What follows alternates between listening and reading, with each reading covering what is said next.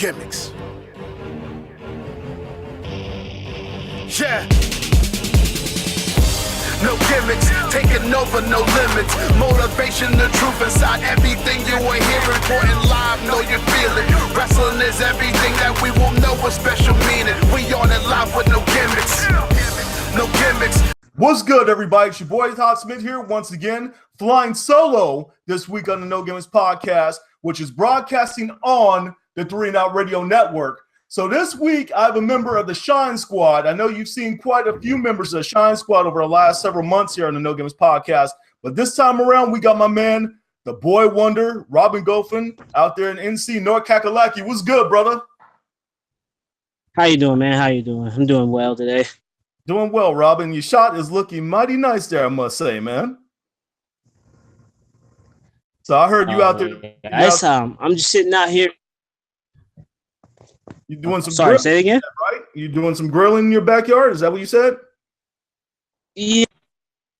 Yes, sir. Cooking a little bit for the family. Got some family to come into town today, so had the day off.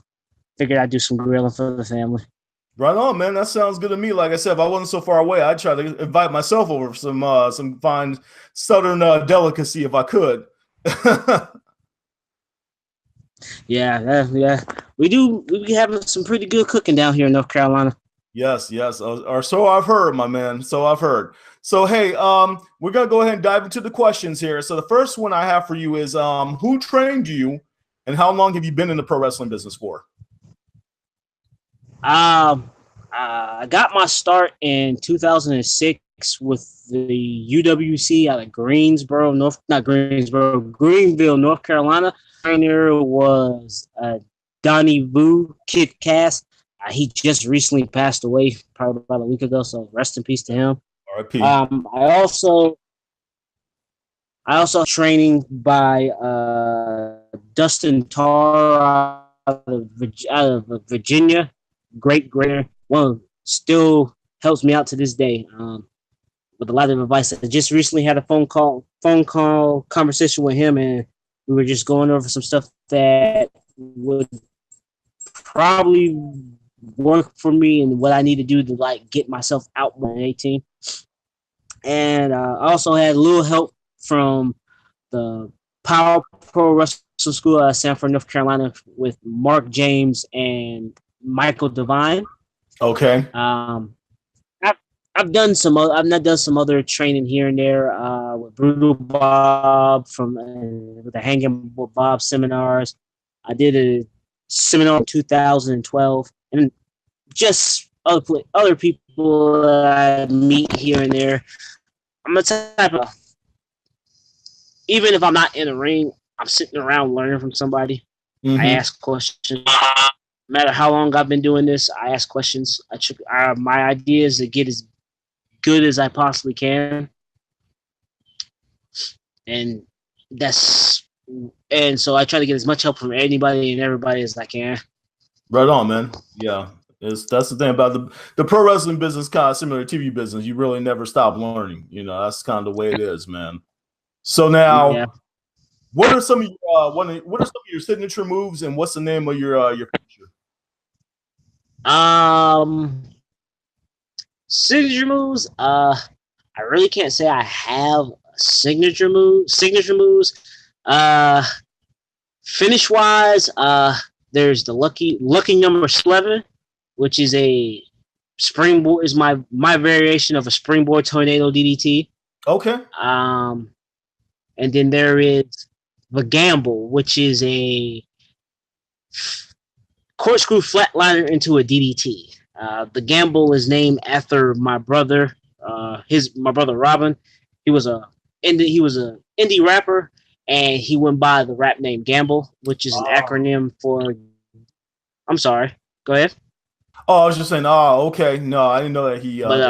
Okay. Yeah. It's an acronym for giving a mission before life's end. The name he gave me. So I carry that with me everywhere I go, because girl, your ass has been put. You're giving a mission before life ends. Anything and everything you do. Mm-hmm. Yeah. Okay, I like that message there, man. So now, what exactly inspired the nickname the Boy Wonder?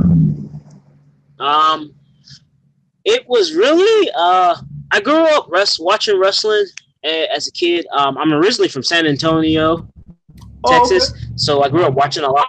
I grew up watching a lot of wrestling in Texas and stuff as a kid before moving over to Germany.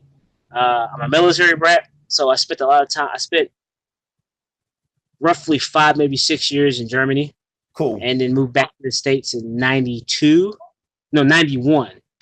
Uh, but when I moved to North Carolina, my grandmother, my mom's mom, she was the biggest wrestling fan I ever knew in my life. She faithfully she'll be watching WWE and WWF and WCW simultaneously. And That's dedication right there. Yeah, so once I moved to North Carolina, pro wrestling became more a part of my life because of my grandmother, and I became a big fan of WCW because of cruiserweight wrestling. Because I'm 5'3" right now. I'm 137 pounds, so I grew up admiring a lot of these smaller wrestlers. Rey Mysterio, Psychosis, Huitu, Dean Malenko, Eddie Guerrero. Like my go-to person, which people are probably going to like find very weird and awkward to watch in WCW, was Dean Malenko. Oh man, ain't nothing wrong with that. Dean was the man. Yeah, there was just something about his style, something about the way he was in that caught my eye, and I've always been. He's my number one wrestler. Like anybody would ask me, who are your top 5 wrestlers? Dean Malenko, Rey Mysterio, Eddie Guerrero, Stone Cold Steve Austin, and Macho Man Randy Savage. Bro, there ain't nothing wrong with that top 5 at all, man. You know, Sean and Bridget, when they came on the show, you know, that was something that me and him had talked about prior to the interview. Yeah, Dean Malenko was a heavy influence on him too. Yeah, the man of 1,000 holes. Yeah, or what they call him, the Iceman at some point, I think. Yeah, he was the man. And the man of 1,000 holds. They called him a few. I forgot what else they were calling him, but I know the Iceman and the Shooter. Yes. In ECW. Yeah, because one of my favorite is influenced by Dean Malenko. Yes. I watch a lot of stuff. I'm more into granted, sir, but I'm the type of cruiserweight who necessarily doesn't fly all the time. I cater my style more to breaking my opponents down. Because just because I'm a smaller guy doesn't mean I would like show my wrestling skills instead of having to jump here, fly here, do all that stuff. I'm very precise and precise ring. So I take my time, take the advantage of what I can do to do the cruiserweight moves and stuff like that. You know, it's all about being the smartest. To me, it's always about being the smarter one in the ring. Mm-hmm. Always. So, Robyn, my next question for you is, how exactly did you become a member of the Shine Squad? Each one of you guys seems to have your own variation on the story as to how you became a member of the group. So, I'd like to hear yours. Well, I guess I trained with RJ, Jesse Jordan, and DA Assassin when I started wrestling, and over the years I met Shadow, and he started training with us, and then Sean had just started coming to wrestle for the UWC and a whole bunch of other places around the area, and we all just became one big family. And this past year, we started training in a little place called Shine, North Carolina. Okay. This training school for a friend of ours who is a professional wrestler in North Carolina named Cole Cash D. So the more and more we showed up, it was just like one big family, like it used to be when we first started wrestling, when we first started training and stuff like that, and we were traveling the roads. So really, the Shine Squad name comes from the place that we've been training at for like the last 6 or 7 months. Gotcha. Okay. So now, what promotions have you worked for, and have you had the opportunity to actually win any titles in any of those companies? To be honest with you, I cannot remember every single promotion that I wrestled for. If you say, give me your top 3, I'd say. Top 3 would be PWX Premier Wrestling Experience out of Charlotte, North Carolina. I had the chance to wrestle for CWF Mid-Atlantic for about 1.5 years. They both those North Carolina promotions have some of like the best talent I've ever seen. My brother-in-law is a former PWX heavyweight champion. Now he's the current WWE cruiserweight champion. Ah. Yeah, I'm the brother-in-law. So I don't really talk about it a lot. It's just, but I am the brother-in-law. About to become the brother-in-law of Cedric Alexander. And him and my little sister. Cedric's the man. Yeah. Yeah. Him and my little sister are about to get married in. Wow. Oh, actually, they're getting married next week, the 29th. Actually. Nice, man. Very nice. Yeah. So, and then my third one, man, it's kind of hard. Well, I actually wrestled for a promotion called APW, and the only reason it was a small promotion in Pensacola, Florida, but it sticks out to me because that year of my life, I was able to spend a lot of time around 2 WWE Hall of Famers.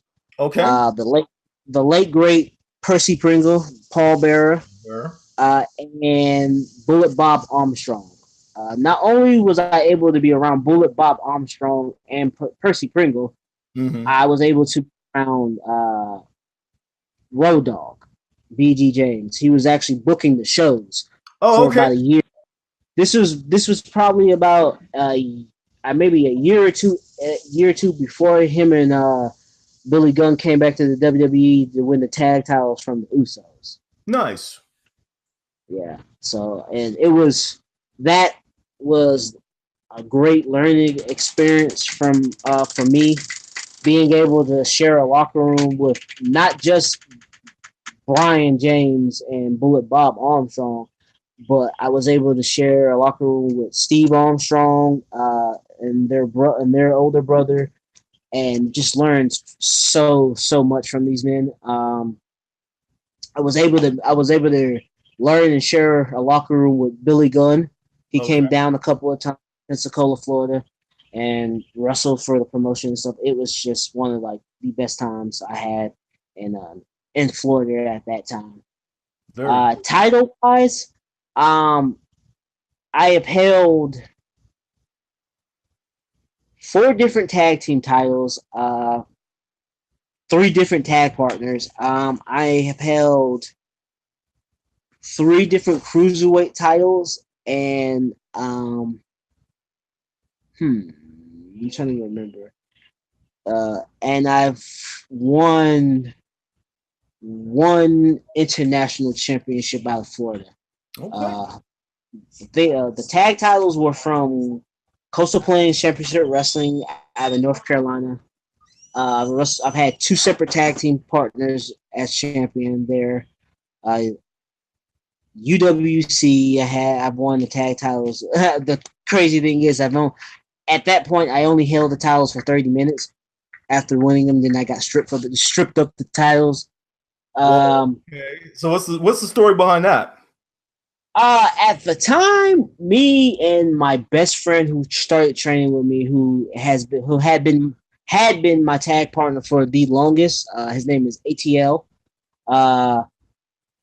We had just recently been in a battle between a tag team known as the Minority Report. It was a gentleman by the name of Michael Mosley and El Mariachi. And, well, we kind of had this high stakes. At first, we had this high stakes tag team match where if me and my tag partner won, we would get the services of their manager, which was Michael Mosley's little sister.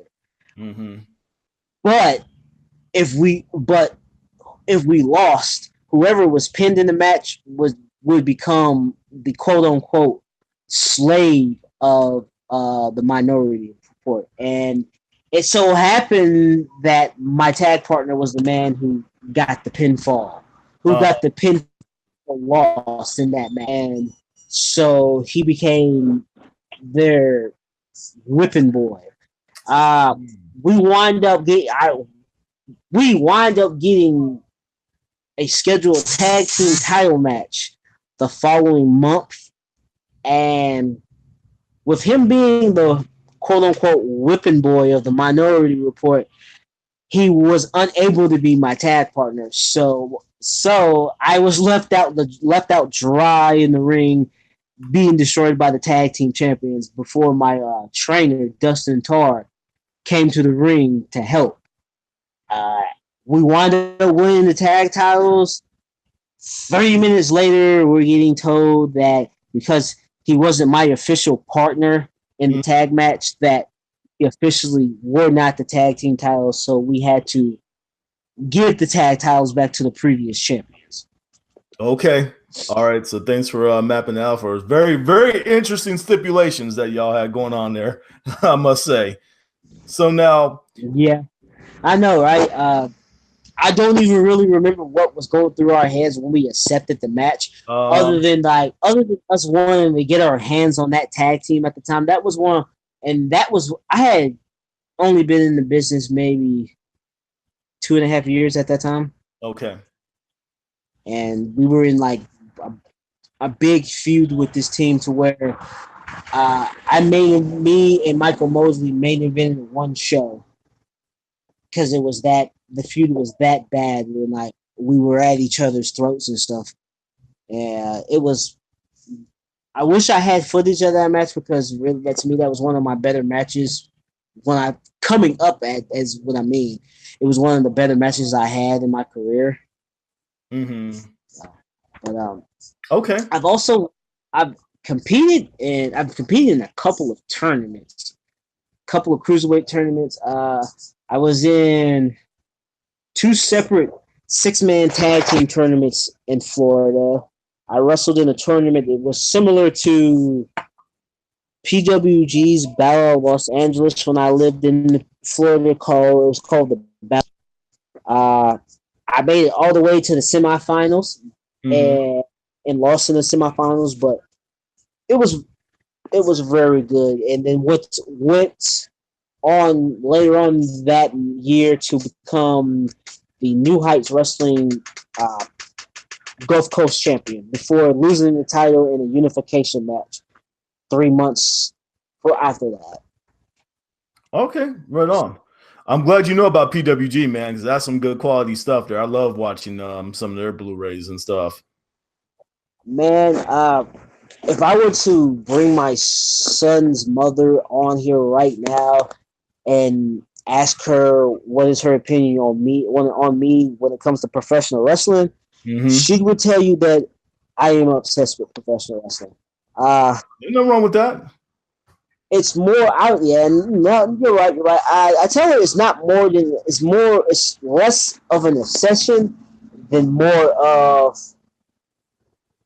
I've tried so many things in my life, so many different sports, and professional wrestling was the only thing that came so natural to me.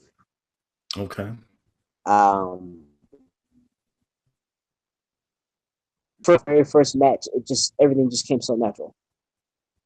Okay. So now, which other sports have you participated in then? I baseball as a kid. I played a little football here and there. No, I didn't play in no high school sports. I played a lot of little minor league game sports and stuff like that.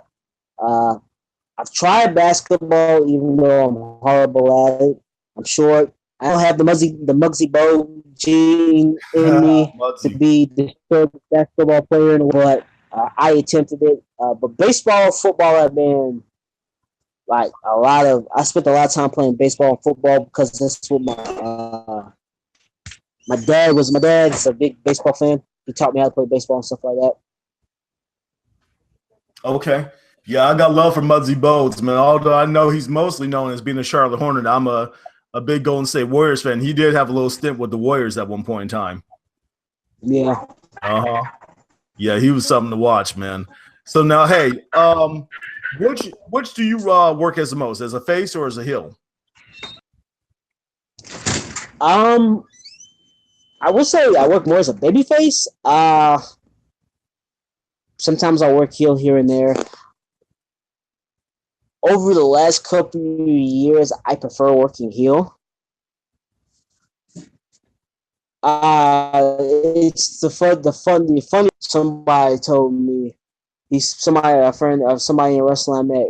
He said, the nicest people make the best heels, and the meanest people make the best baby face. She's a very genuinely nice person, and being able to be a heel just allows me to turn up a side of my personality that I've like never ever seen before, or ever been able to actually let out. And so I prefer heel a little bit more than anything. Okay. Yeah. No, it's so much easier to portray a heel, man. You know, I used to tell people, like, when I was working as a heel out there in Nevada, I said, trust me, I'm not exactly an a-hole. I just play one on the weekends when I'm in the ring. Yeah. My son's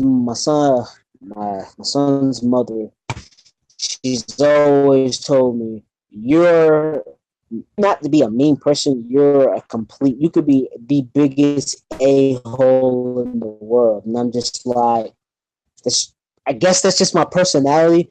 I'm very straightforward. I'm not going to sugarcoat it to you. I'm going to be blunt and honest with you, and I guess honesty can make the nicest person the biggest a-hole in the world, I guess. Yeah. It's a shame it's got to be that way, because you think that people want the truth, right? You think true. Yeah, that is so true. It's kind of like how Jack Nicholson said in, what was it, A Few Good Men? You want the truth? You can't handle it. You can't handle the truth. That's what it is. Again? You know? Oh, yeah. Yeah. So, yeah, you're right. Uh-huh.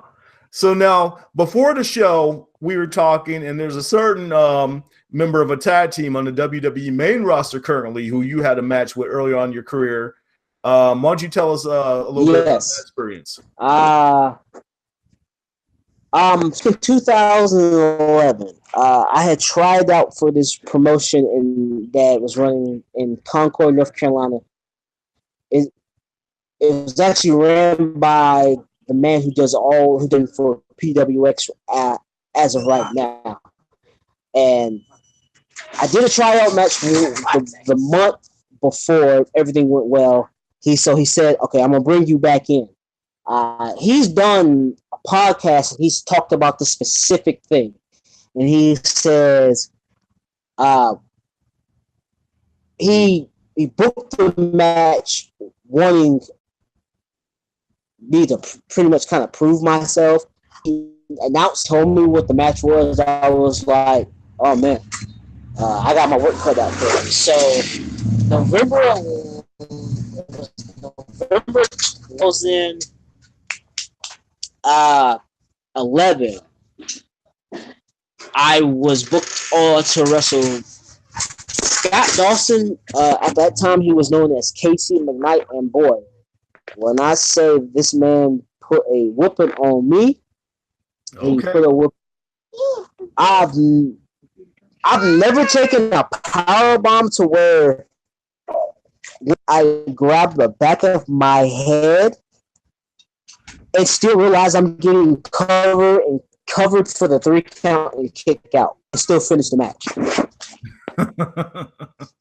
So he was real snug, huh? Oh yeah, but anything. He was like, he told me, "Look, man, I'm going to tell you this now. I'm going to be snug. I'm very snug. I'm not going to kill you. I'm not going to try to beat you up, but I'm going to be snug. I give you, I want you to give it back to me 10 times." And I'm just like, I'm like a good 130 pounds on me, and you talking about me laying this stuff into, but probably we worked here and there, and like after that first stiff shot, I ain't playing. So from that point on, everything he gave me, I gave him. I laid into him. There's a point in the match where we're talking to each other and running our mouths at each other, and he slaps, and I'm like, "Oh, this man's not playing." I'm like, "Okay, all right," and I slap the dog taste out of his mouth. At least I think I did. So, you see the look on his face, like, "Oh yeah, that's what I want," and then like we just start beating each other up. So we just start beating each other up. But that match for me solidified who I was for that promotion, for that whole time that promotion ran show. Okay. I went from being, I guess I could say, just being another indie wrestler to being one of the guys in North Carolina. And I thank him a lot for that match. Okay. I still talk to him here and there, and he's one of my biggest sources. Like, just tells me, he's like, "Dude, you have what it takes to be in this business, especially if you could take a whooping from somebody like me like that. You deserve it." So, mutual respect. That's what that is, man. Yes, it is. Right on. That's good stuff. So now, one final question before we jump into another section of the interview here. What is your end game in the pro wrestling business? What do you want out of your career? Do you want to make it to WWE? Do you want to wrestle overseas? What are your goals? Really? I know a lot of people say they want to go do that. My goal really in professional wrestling is to be one of the best independent professional wrestlers there is. Yes, I wouldn't mind for the WWE. It's the biggest promotion in the world. But right, my love for professional comes from the indies. From the time I started training till me watching my very first New Japan Pro Wrestling show. Okay. I fell in love with independent pro wrestling. It's just something different. It's put it to you this way. It's you don't have to worry about trying to be something somebody wants you to be in a major company. And you can be whoever it is. You can do whatever as character-wise as or anything on the independence, and that's what I want. Not only that, I want to just do a lot of international traveling. I Okay. also I want my son to. I want my son to grow up to know that I followed my dream, being an independent pro wrestler, being a pro wrestler in general. And so my end game is to be the best international independent pro wrestler I can, and just to make my son. Okay. Yeah, I'd say that's some pretty good goals to set for yourself. So now this next section of the interview here, we're gonna call it Rise and Shine. So we did something similar with RJ Motherflippin' Morgan when he came on the show. So these are some questions that are kind of tailored to your membership in the Shine Squad. Okay. So these are quick answers here. So which member of the Shine Squad would you like to have a match against, and also name your stipulation? Jesse Jordan. Other than 20 minutes, only other than a 20 count to the outside, there's no special stipulation I would want to have for that match. Okay. Reason I picked, but Jesse Jordan will be that person. So Robyn, if Sean Cruz is Captain America and you're the Boy Wonder, who are y'all's arch enemies? Oh man.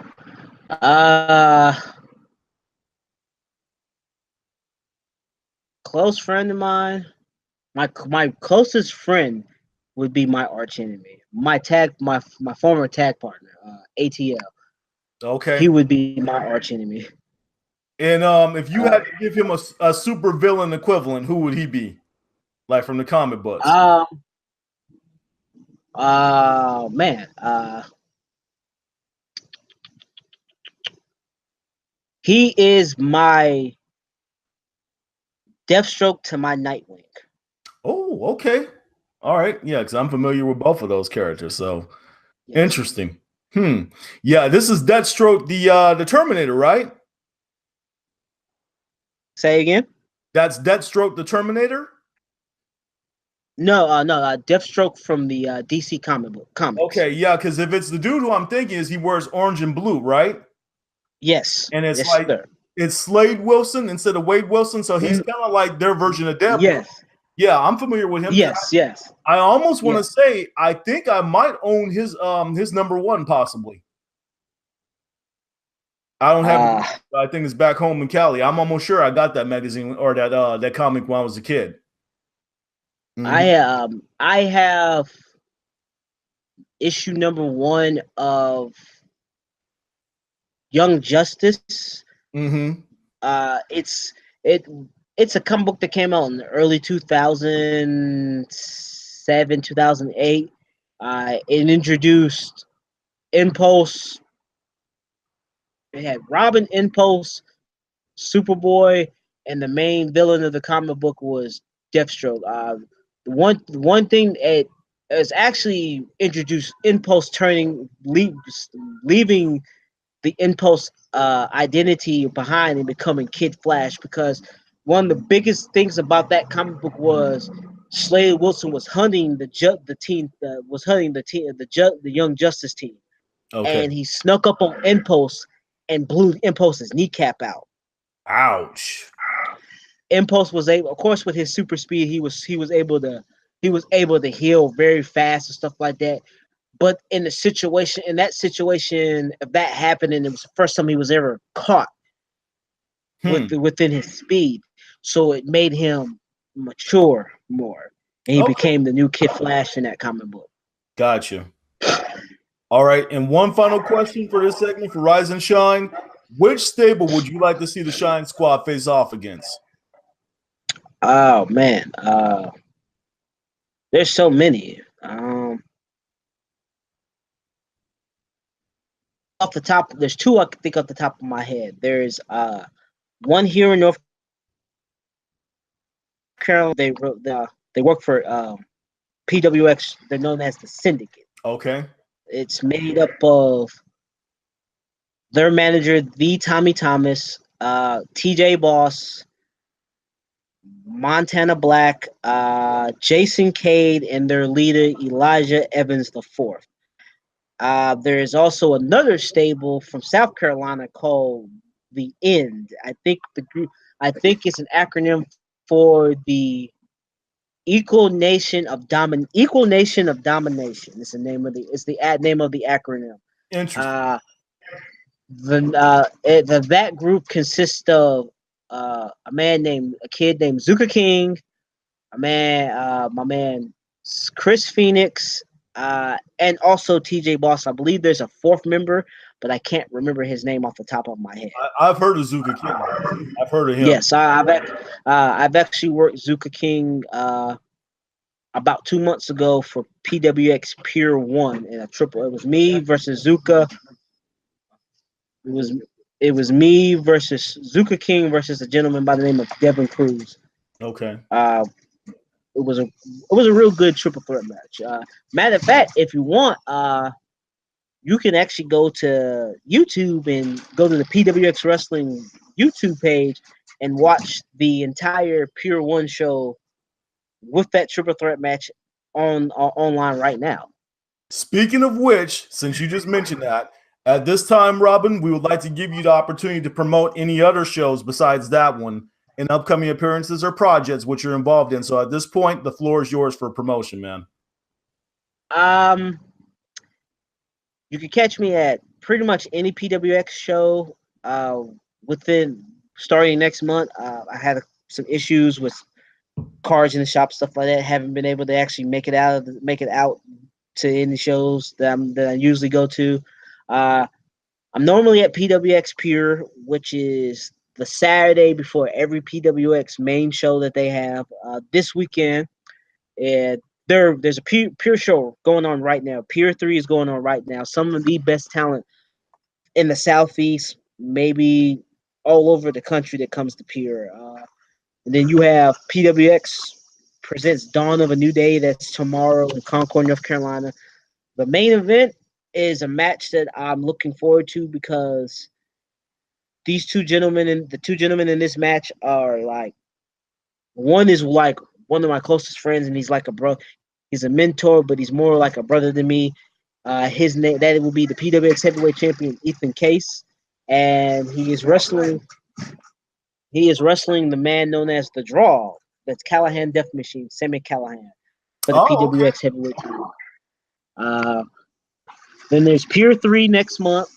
Pure 4 next month. I'm sorry. There's Pure 4 next month. There's also PWX Too Close for Comfort. That's July 22nd in Charlotte, North Carolina at the Hebron Hall, which is the main building that PWX uses to run their Pure shows.